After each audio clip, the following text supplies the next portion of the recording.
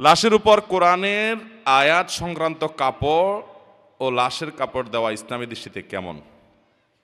আমাদের দেশে অনেক মসজিদে দেখা যায়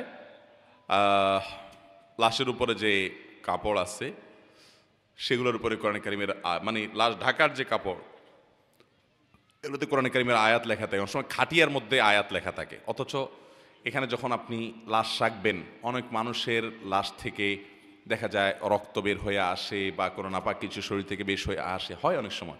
এখন খাটিয়ার মধ্যে যদি কোরআন আয়াত আপনি লেখেন এবং এমন জায়গায় লিখলেন সেখানে আপনার এই নাপাক পানি এসে পড়লো, এটা কি কোরআনের সম্মান হয় না অসম্মান হয়? অতএব অসম্মান হওয়ার মতো কোনো সুযোগ তৈরি হতে পারে, পথ উন্মুক্ত হতে পারে, এরকম জায়গায় কোরআনকে লেখা জায়েজ নাই, এটা অনুচিত। এ বিষয়ে আমাদের সাবধান হতে হবে। মনে রাখবেন, লাশের খাটিয়া কেন, কাফনের মধ্যে গোটা কোরআন লিখে আপনি দিয়ে দিলেন, তো এইটার উপরে ওই ব্যক্তির নাজাত এবং মুক্তি নির্ভর করবে না।